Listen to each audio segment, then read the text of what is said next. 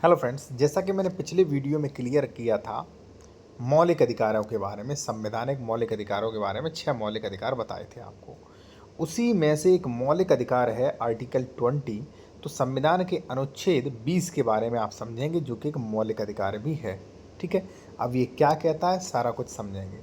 यहाँ पे आप देखिए, थोड़ा इसे मैं यहाँ पे साफ कर लूँ जिससे आप लोगों को अच्छी तरह समझ में आए। ठीक है जी, अब देखिए यहाँ पे आर्टिकल 20 कहता है अपराधों के लिए दोष सिद्ध के संबंध में संरक्षण, यानी कि जो दोष सिद्ध हैं, ठीक है, उनके संबंध में कुछ बोल रहा है, संरक्षण दिया गया है, कुछ प्रोविजंस किए गए हैं उसके बारे में। फर्स्ट, कोई व्यक्ति किसी अपराध के लिए तब तक दोष सिद्ध नहीं ठहराया जाएगा जब तक कि उसने ऐसा कोई कार्य करने के समय जो अपराध के रूप में आरोपित है किसी प्रवर्तक विधि का अतिक्रमण नहीं किया हो।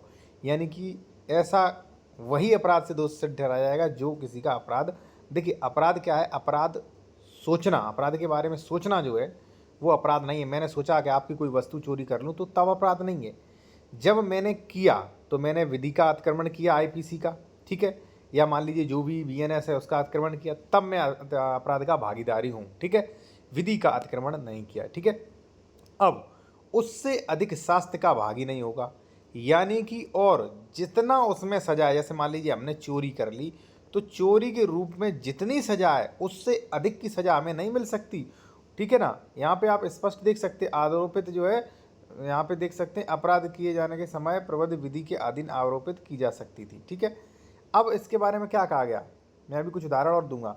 किसी व्यक्ति को एक ही अपराध के लिए एक बार से अधिक अभियोजित या दंडित नहीं किया जाएगा। अब मान लीजिए आपने एक ही बार चोरी की 4 घरों में, ठीक है ना, तो ऐसा नहीं है कि एक घर में और 4 बार आपको सजा हो जाए, नहीं, एक अपराध के लिए एक ही बार दंडित किया जाएगा। ठीक है ना, बार बार दंडित नहीं किया जाएगा कि एक बार दंडित कर दिया गया फिर दंडित किया जाए। दूसरा यहाँ पे सबसेक्शन है, किसी अपराध के लिए अभियुक्त किसी व्यक्ति को स्वयं अपने विरुद्ध गवाही देने के लिए बाध्य नहीं किया जाएगा। यानी कि ये उसे जो है जबरन ऐसा नहीं किया जाएगा उसके साथ कोई कृत्य कि भाई आप अपने ही जो है वो गवाही दो, खुद कहो कि हाँ भाई मैं वो हूँ, तो बाध्य नहीं किया जाएगा। भाई स्पष्ट है। दूसरी मैं आपको साथियों यहाँ पे एक बताना चाहता हूँ बात, कि आपने कई बार देखा होगा कि पुलिस को दी हुई स्टेटमेंट जो है वो मान्य नहीं होती है। ठीक है, मैं तो आपसे कहूँगा अगर मान लीजिए पुलिस आपको अरेस्ट करती है, ठीक है, आपको मारपीट करे, उससे पहले ही जो मान लीजिए सही चीज़ें हैं वो आप बता सकते हो।